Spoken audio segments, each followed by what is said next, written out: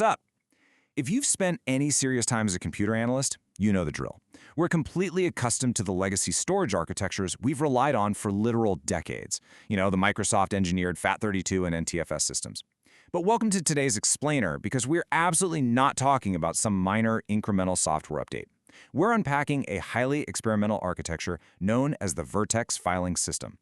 This is a system that literally rewrites the lowest level math of computing to pull off something entirely unheard of in traditional data storage.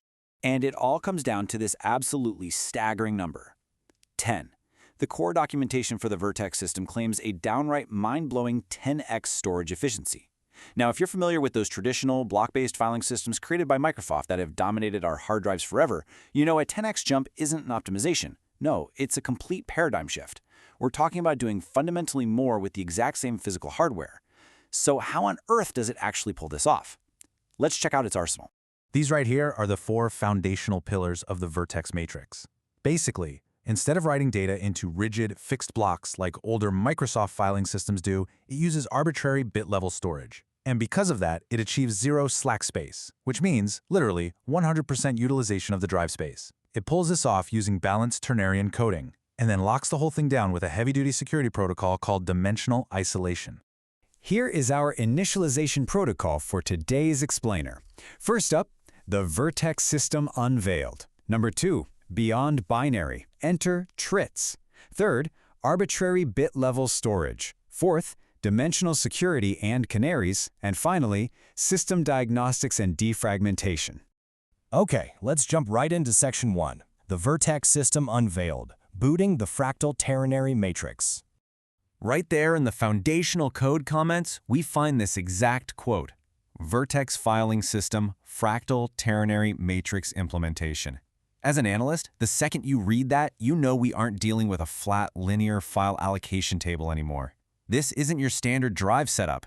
We're looking at a fractal matrix. It's a self-replicating, deeply complex structure engineered to house data in a completely non-traditional, highly experimental way.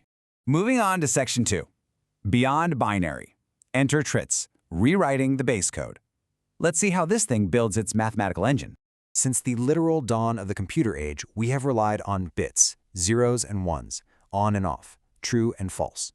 But the Vertex system operates on balanced ternary logic, utilizing a totally different unit called a trit. Instead of 2 states, a trit has 3. -1, which is low, 0, which is mid, and +1, which is high. Within the system's code, this maps perfectly to values of 0, 1, and 2. It introduces an entirely new dimension of computational logic. Because let's face it, traditional systems are trapped in a 2-state binary prison. By introducing that 3rd state, balanced ternary opens up exponentially more combinations within the exact same sequence length. It's basically like increasing the vocabulary a computer can use to store information, without actually increasing the number of letters it has to write down to say it. And that brings us to the critical math behind this massive efficiency gain, represented by this highly specific number, 1.585. Because we're using base 3 instead of base 2, the code calculates that 1 trit holds approximately 1.585 bits of data. In practical terms, that means just 3 trits can do the work of roughly 5 traditional bits. When you scale that up to massive gigabyte or terabyte files, the compression and density you get are absolutely incredible. Which leads us perfectly into Section 3, arbitrary bit-level storage, eliminating slack space. You see, the concept of slack space is the ultimate Achilles heel of traditional filing systems like NTFS.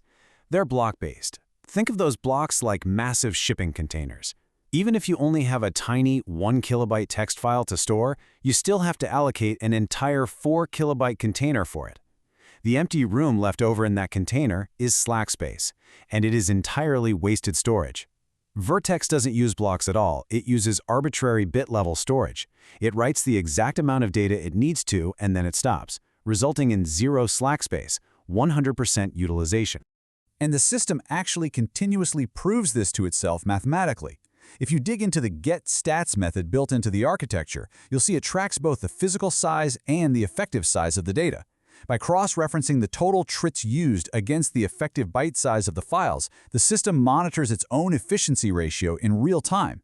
It knows exactly how much space it's saving by avoiding those clunky traditional blocks.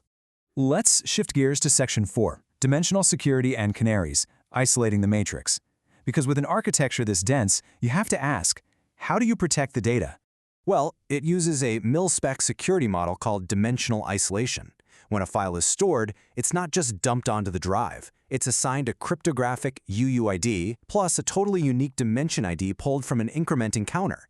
The system then maps out dedicated buffer zones around the data, and within those zones, it places buffer markers at completely randomized intervals of anywhere from 7 to 13 bits.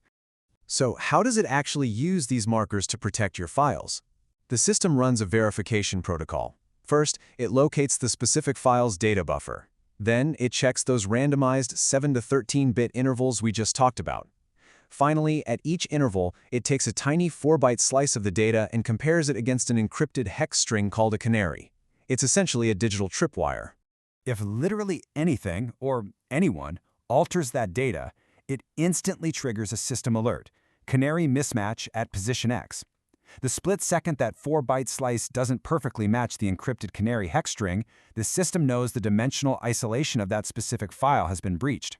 It's an incredibly elegant, low-level way to detect tampering instantly within the matrix. And finally, let's jump into Section 5, System Diagnostics and Defragmentation, Maintaining the Fractal. A system this complex doesn't just run itself. It requires some pretty specialized maintenance. The operational toolkit for the Vertex system features some incredibly robust methods for the analyst. You can call scan anomalies to sweep the entire matrix, or use export metadata for deep debugging.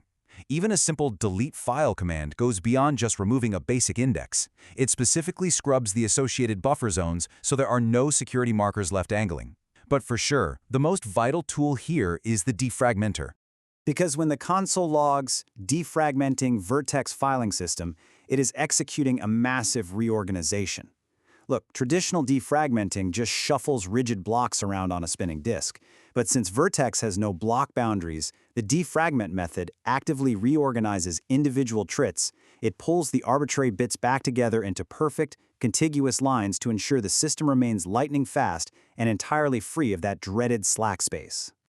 Which brings us to the ultimate question we have to ask ourselves as we wrap up today's explainer.